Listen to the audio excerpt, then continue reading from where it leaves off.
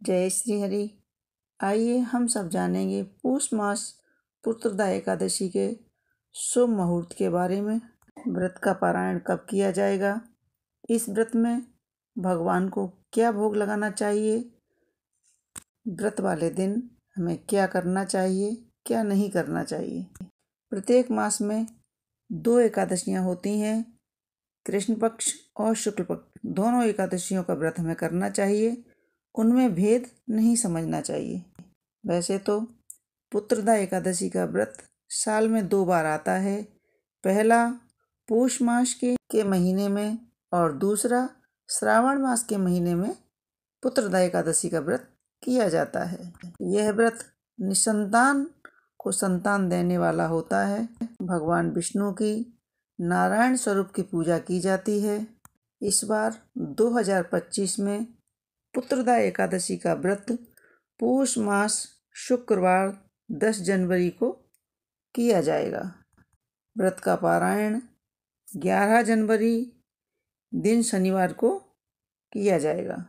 एकादशी के व्रत के दिन हमें किसी की बुराई नहीं करना चाहिए और गुस्सा भी नहीं करना चाहिए।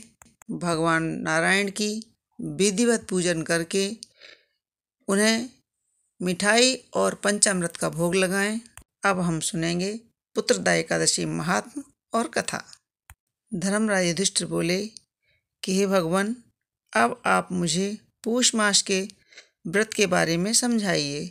इस दिन कौन से देवता का पूजन होता है और उसकी क्या विधि है। इस पर श्री कृष्ण भगवान बोले कि हे राजन, पूष मास शुक्ल पक्ष की एकादशी का नाम पुत्रदा एकादशी है। इसका पूजन विधि विधान से करना चाहिए। इस व्रत में नारायण भगवान की पूजा करनी चाहिए। इसके पुण्य से मनुष्य तपस्वी, विद्वान और लक्ष्मीवान होता है। इसकी मैं एक कथा कहता हूँ, तुम ध्यानपूर्वक सुनो। भद्रावती नगरी में सुकेत राजा राज्य करता था। वह निपुता था। उसकी स्त्री का नाम सेव्या था। वह सदैव निपुती होने के कारण चिंतित रहती थी। राजा सुकेत के पितर रो रो कर राजा से पिंड लेते थे और सोचते थे कि इसके बाद हमें कौन पिंडदान देगा। इधर राजा को भी राज्य वैभव से संतोष नहीं था। इसका एकमात्र कारण यही था कि उसके पुत्र नहीं था। वह विचार करता था कि मेरे मरने पर मुझे कौन पिंड देगा। बिना पुत्र के पितरों और देवताओं के ऋण से पूर्ण नहीं हो सकते। जिस घर में पुत्र ना हो वहाँ सदैव अंधेरा ही रहता है। इसलिए मुझे पुत्र की उत्पत्ति के लिए कोई न कोई प्रयत्न करना चाहिए। पूर्व जन्म के कर्मों से ही इस जन्म में पुत्र, धन आदि मिलते हैं। इसी तरह राजा रात दिन इसी चिंता में लगा रहता था। एक दिन राजा ने अपने शरीर त्यागने की सोची। फिर विचार करने लगा कि आत्मघात महापाप है।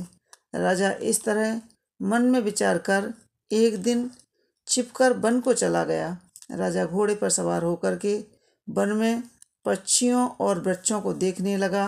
हाथी अपने बच्चों और हथनियों के बीच में घूम रहे हैं। राजा सोच विचार करने लगा। राजा प्यास के कारण अत्यंत बेचैन होने लगा और पानी की तलाश में आगे बढ़ा। कुछ ही आगे जाने पर उसे एक सरोवर मिला। उस सरोवर के चारों तरफ मुनियों के आश्रम बने हुए थे। उस समय राजा के दाहिने अंग फड़कने लगे। राजा मन में प्रसन्नता होकर सरोवर के किनारे बैठ गया और मुनियों को देख करके घोड़े से उतर करके दंडवत प्रणाम करके मुनियों के सामने बैठ गया। राजा को देखकर मुनीश्वर बोले, हे राजन, हम तुमसे अत्यंत प्रसन्न हैं। तुम इस जगह क्यों आए हो, सो कहो। इस पर राजा कहने लगे कि हे मुनीश्वरों, आप कौन हैं और किस लिए यहाँ पर आए हैं, हमें यह जानने की इच्छा है। मुनि बोले कि हे राजन, आज पुत्रदा एकादशी है। पुत्र की इच्छा करने वाले को संतान देने वाली एकादशी है। हम लोग विश्वदेव हैं और इस सरोवर पर स्नान करने आए हैं। इस पर राजा बोले कि हे मुनीश्वर, मेरे भी कोई संतान नहीं है। यदि आप मुझ पर प्रसन्न हैं तो एक पुत्र का वरदान मुझे भी दीजिए। मुनि बोले, हे राजन, आज पुत्रदा एकादशी है, आप इसका व्रत कीजिए, इससे आपको पुत्र रत्न की प्राप्ति अवश्य ही होगी। मुनि के वचनों को सुनकर राजा एकादशी का व्रत किया और द्वादशी को पारायण किया और मुनियों को प्रणाम करके अंत में अपने महल को वापस आया। अंत में रानी ने गर्भ धारण किया और 9 माह के पश्चात उनके एक सुंदर पुत्र पैदा हुआ। वह राजकुमार अंत में अत्यंत बलवान, वीरवान, धनवान, यशस्वी और प्रजापालक हुआ। श्री कृष्ण भगवान बोलते हैं कि हे राजन, पुत्र प्राप्ति के लिए पुत्रदा एकादशी का व्रत करना चाहिए। जो मनुष्य इसका महात्म श्रवण और पठन करते हैं उनको स्वर्ग की प्राप्ति होती है।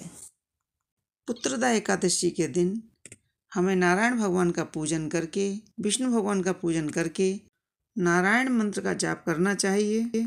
मांस, मदिरा, शराब, दारू का सेवन नहीं करना चाहिए। जितना हो सके सात्विक रहना चाहिए और ब्रह्मचर्य का पालन करना चाहिए। एकादशी व्रत में रात्रि जागरण का बहुत महत्व है। अगर हम एकादशी का व्रत करते हैं तो हमें कोशिश करनी चाहिए कि रात्रि जागरण भी करें। यह थी पौष मास शुक्ल पक्ष पुत्रदा एकादशी की कथा। आपको हमारी कथाएं कैसी लगती हैं हमें कमेंट्स बॉक्स में ज़रूर लिखें और हमारे वीडियो को लाइक करें, शेयर करें। अगर सब्सक्राइब नहीं किया है तो सब्सक्राइब अवश्य कर लें। आने वाली कथाएं हम इसी तरह आपको सुना सकें। बहुत बहुत धन्यवाद। जय श्री हरि।